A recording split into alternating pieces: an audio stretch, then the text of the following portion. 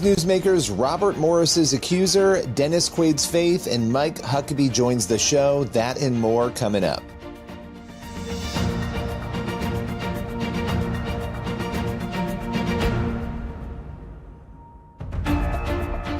Welcome to Newsmakers, a show where we go behind the headlines each and every week to bring you interviews with pastors, entertainers, politicians, and other notable news figures.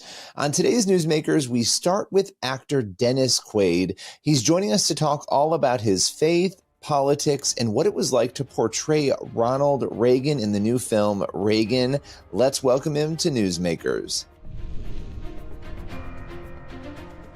Well, let's start with the obvious question here. Ronald Reagan, when a film was being made about his life, what made you want to jump into this? Oh, well, I was offered this movie 6 years ago, and by Mark Joseph, who had the script for 10 years trying to make it. And somehow they figured out that I was the guy. And I did not say yes at first because, tell you the truth, it kind of scared me to death. Reagan is such a recognizable, like Muhammad Ali, one of the most recognizable people in the world. And I myself, he was my favorite president. I voted for him. And, I'd come home after I voted. My roommate at the time said, "Who'd you vote for?" I said, "Reagan." He said, "You were kicked out of the hippies." Yeah, in Hollywood, was that a popular decision? I would imagine it wouldn't be the most popular decision, at least in your line of work. Things were a little bit different. You could actually say that you had voted for Reagan and you weren't canceled. But it was, it was very similar times back then to where we are now. And it frightened me doing him, because I didn't want to do, Reagan's on videotape. I didn't want it to be a history lesson or impersonation. I wanted to find the human Reagan and who he was as a person. And I went to the Reagan Ranch. I was invited there. It's not open to the public. It was the Western White House, that you used to see where he received the Queen and stuff like that. And I drove up 5 miles of the worst road in California to get there. And you get to the top and I come out through the fence and see the place. And I realized that Reagan was a very humble man. And just looking at the place, you can feel him there. He really did do all the work that was there. The house that was the Western White House was barely 1,100 square feet, barely a 2-bedroom house. And they had a king-size bed, but it was 2 single beds that were zip tied together. That's when I said yes, because I could kind of feel his core. Yeah, well, and you dive into this. This is not an easy role to play, a person who people remember because it wasn't that long ago, a person people can watch, and you have to sort of replicate who that person is. What was the toughest part about preparing to play him?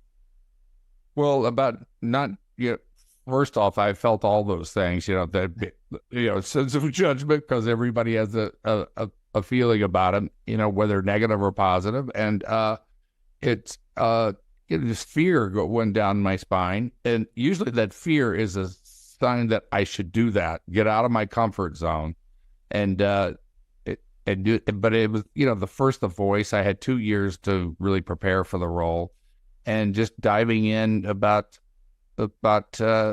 talking to people who knew him, and looking kind of further behind the history and behind the scenes, which I think our movie really does. You get to be a fly on the wall, and all those the events that during his presidency, and stories from his life, you get to kind of pull back the curtain and see. Reagan, two things I felt like we were the same about is we both have sunny dispositions, or 3. We both don't dye our hair.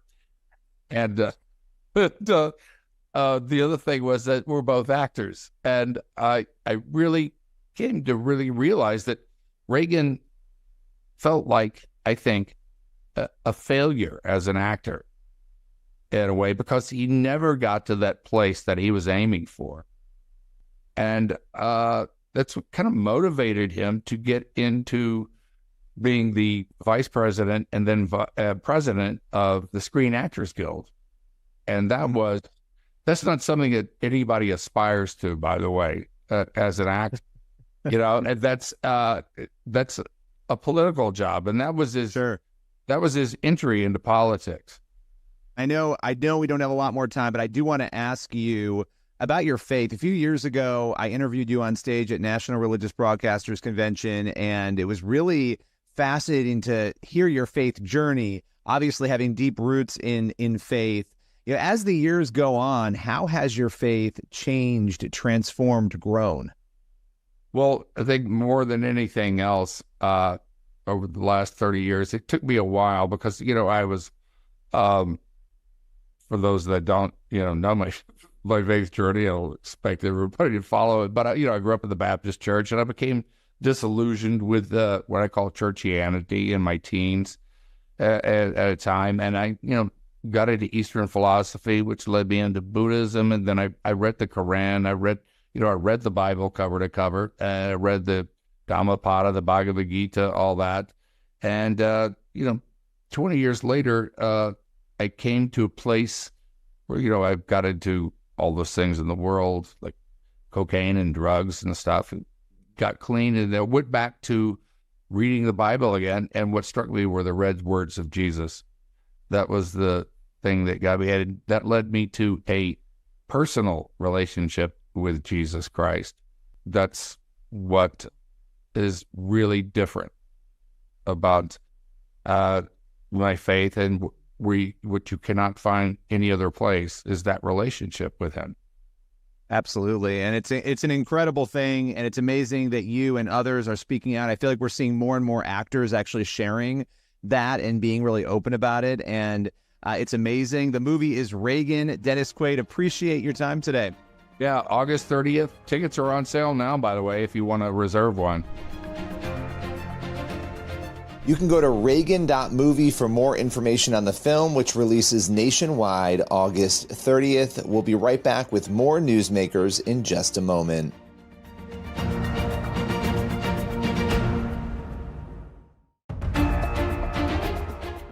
Welcome back to Newsmakers. The Christian world was rocked recently when Cindy Clemishire accused Pastor Robert Morris of sexually abusing her when she was just 12 years old. Today, she joins us to share her story. Let's welcome Cindy to Newsmakers. Cindy, I know the last few weeks, the last 2 weeks in particular, have been very chaotic. A lot has come out in media about your story. You have shared very openly. What has it been like for you since your story came out so broadly? It has definitely been busy. I have lots of messages that I try to read all my private messages that I've been receiving. I've done, as you know, quite a few interviews. In the beginning, it was maybe a little bit rattling because I haven't ever had that kind of exposure to media, but I also just have such a conviction about doing this. So I have had an incredible amount of support, and I think that's what's kept me going. So yeah, and you have shared over the years, you have told people your story over the years. This obviously is a different level of that because it's been picked up by many outlets. As you said, you've done a number of interviews. What changed in you, and maybe nothing did change, but what led you most recently to share so openly, knowing that it was going to have a bigger footprint this time? Well, like you said, I have been sharing. I think I started out just when I was in my 20s, sharing with friends, or, when something might come up, share my story, not even fully grasping what my story was at that time, and really dug into counseling and just focused on trying to understand what happened to me because of the connection with Robert and Debbie and the family closeness and friends, along with church. And after I was probably about 35 when I really understood the depth and magnitude of what Robert really did, not just to me, but to my family, with all the grooming. And then, of course, the sexual abuse and the emotional abuse, the mental, just it's every part of your being is manipulated during that kind of abuse. So at 35, when I was able to actually accept the term sexual molestation and that he abused me because it sounded so mean, and I would tell my counselor, but he wasn't mean to me. And she said, it doesn't have to be mean. And I heard the term actually on Oprah that instead of calling them child molesters, we should call them child seducers. And when I heard all that description, that's when I started being a lot more vocal about my story. And like most believers, you don't want to do anything that's going to tarnish the name of God. And you don't want to tarnish the church. You don't want to hurt other believers. You don't want to, cause another person to not come to Jesus. And so I never wanted it to be a big exposing, I just wanted someone in leadership somewhere to take him out of the pulpit, because we did not feel as a family that that's where he should be in leadership. When you can't even fill out a document honestly about working in your own church nursery, should you really be in the pulpit? And so anytime he would speak in a church that we were associated with or going to in any way, either I would or my parents or my sister would go and confront leadership and talk to them and explain to them what happened to our family and to me. And not once has any leadership stood up and said, this isn't biblical. You should not be in leadership. Honestly, you should be gracious to this family and not be that you're not in prison. But no one has taken him out of leadership, ever considered it, it sounds like. So as I've told my story along the way, I met someone who's now retired pastor. He was been retired for a couple of years. He heard my story, and he is a strong advocate in the Southern Baptist Convention to expose clergy that are abusive, especially to children. And he has a friend that, Dee Parsons, the lady that has the Wartburg Watch post or blog, and he encouraged me to reach out to her and share my story, because they still work together to expose and get this out of church. Really should be out of everywhere. We shouldn't have it at all in our world, but anything we can all do to work together. And statistics show that people that abuse children typically don't stop. Well, and many people, are afraid to speak out. They're afraid to share. One thing with you and your family is you have openly talked about this. You have tried to get people to listen. And sometimes it takes hearing other people sharing their story for people to come out and share what happened to them, as you were just saying. The thing that strikes me about this story, a lot of things, obviously, but one big one is that you've talked a lot about God and faith, and you very clearly held on to your faith. A lot of people in these situations do not. How have you held on to faith and to God so intensely despite what has happened? I have to attribute that to my parents and how we were raised. And we sat around the table and read the Bible, after dinner. My dad taught us about having a personal relationship with Jesus. And even though I have not been actively involved in any one particular church, I have attended church regularly at different times throughout my life, but not necessarily been actively a member, that sort of thing. But I have never stopped praying. I've never stopped reading my Bible. It truly has been about my relationship with Jesus. And like I said before, I don't know how anybody could get through any of this without that. Cindy, I appreciate you taking the time, joining us today, sharing your story, particularly your faith story, hearing how you've held on to God. Really appreciate it today. Well, I appreciate your time, and just, again, pray for all the other victims out there that they can find their faith too, again, if they've lost it, or just be stronger. Please continue to be praying for Gateway Church and everyone else who is involved in this tragic story. This is Newsmakers on the CBN News Channel. We'll be right back.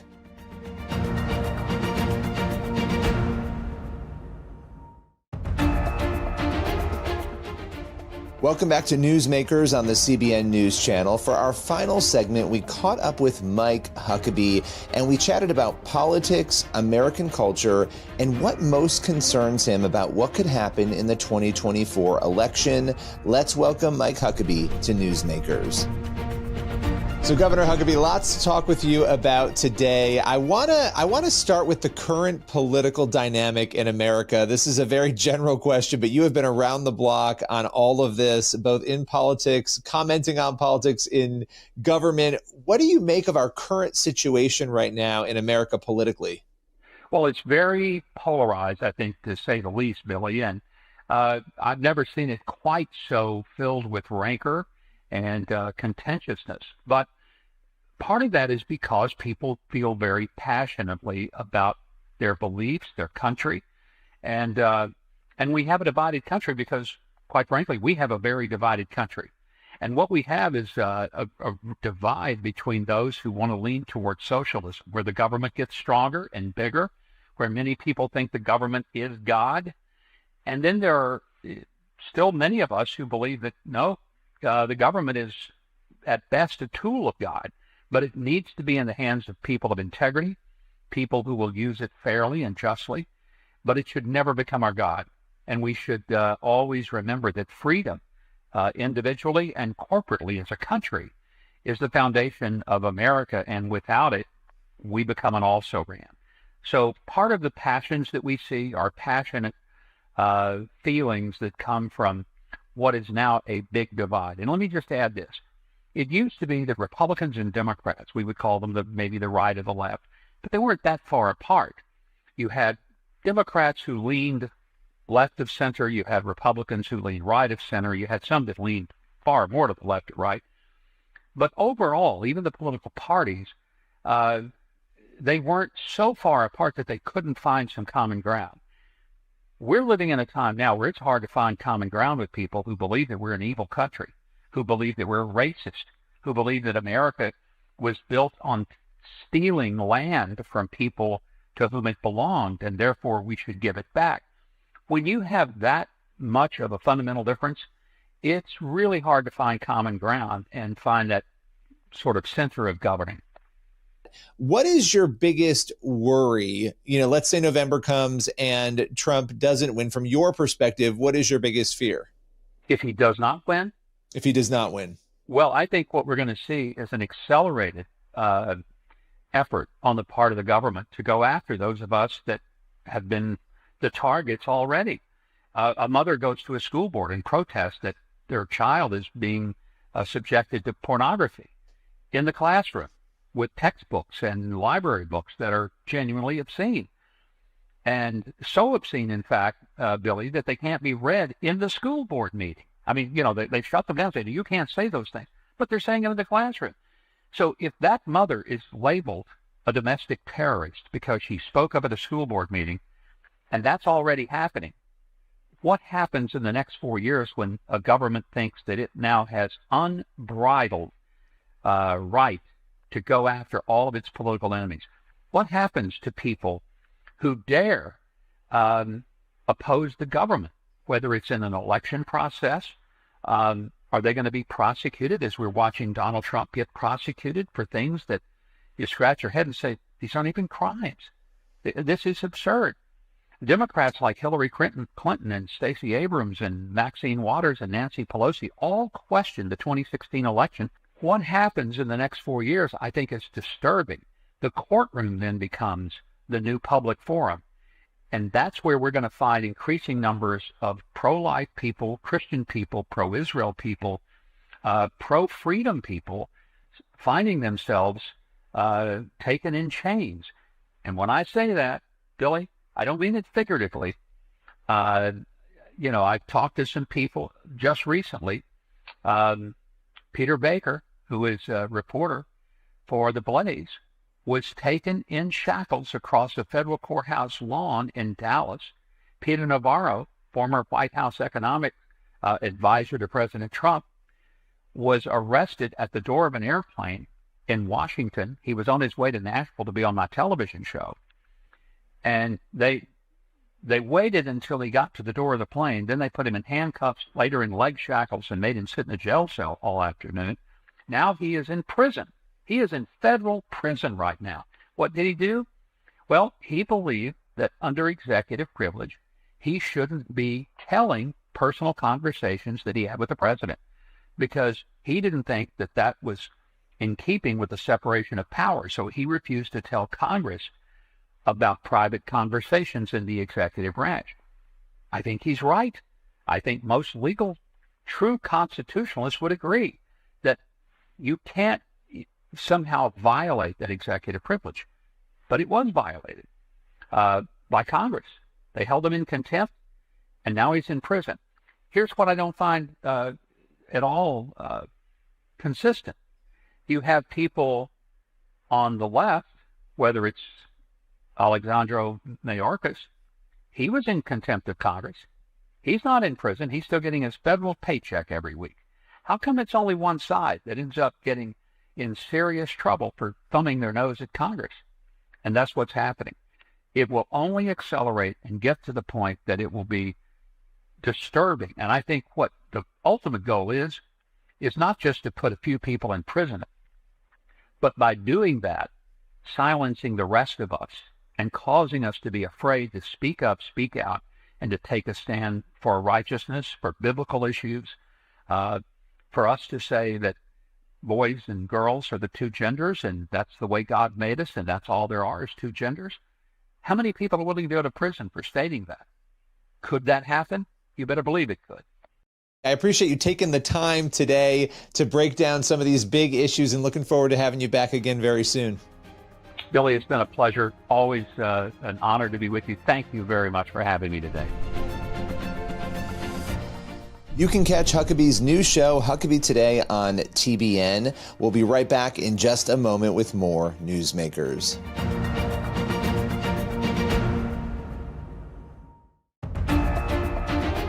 That's all for today's Newsmakers. Thank you for watching, and be sure to head over to the CBN News YouTube channel. That's where you can watch the full interviews that you saw on today's episode. Plus, you can check out our new daily Newsmakers podcast. Monday through Friday, we feature one full interview every single day. Be sure to subscribe on your favorite podcast platform. As for this show, we'll see you next week.